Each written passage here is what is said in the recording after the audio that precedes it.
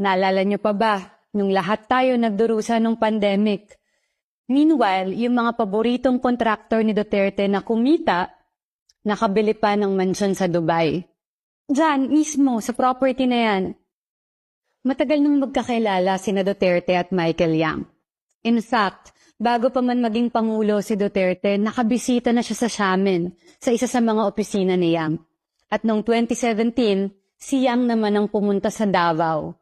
Ipinakilala pa nga niya kay Duterte yung ilang pang mga kaibigan niyang Chinese businessman. So these people that you see, sila yung nagtayo ng Pharmally 2 years later or noong 2019. And as you can remember, noong tinamaan na tayo ng pandemic noong 2020, itong Pharmally, kahit wala pang 1 milyon yung kapital, 8 billion pesos agad yung kontrata mula sa PSDBM.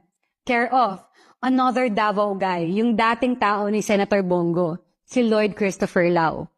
Ang may kontrol ng pera ng Pharmally, si Lin Weixiong alias Alan Lim. Ginamit niya nga raw na dummy yung Pharmally, sabi ng ombudsman. Noong 2021, nung sinusubukan na nating bumangon sa COVID-19, hindi lang bangon, kundi lipad ang ginawa ni na Yang at Lin. Pumunta sila sa Dubai.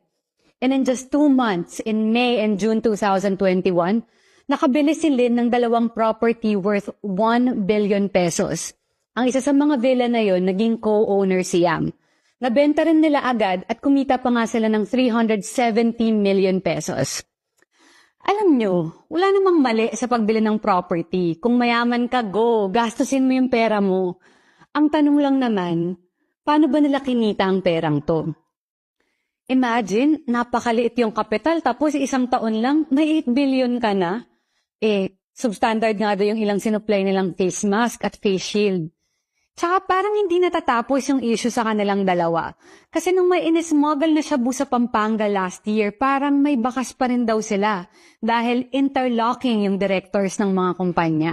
Yung Golden Sun 999 Realty Development, ang mayayari po nun, si Rose Nono Lim, si Eddie Taiyang, Jack Yang, at yung Eddie Taiyang naman po, Jack Yan, nakakonect po yan sa Empire 999 kung saan po nakita yung 3.6 billion pesos na Shabu sa Mexico.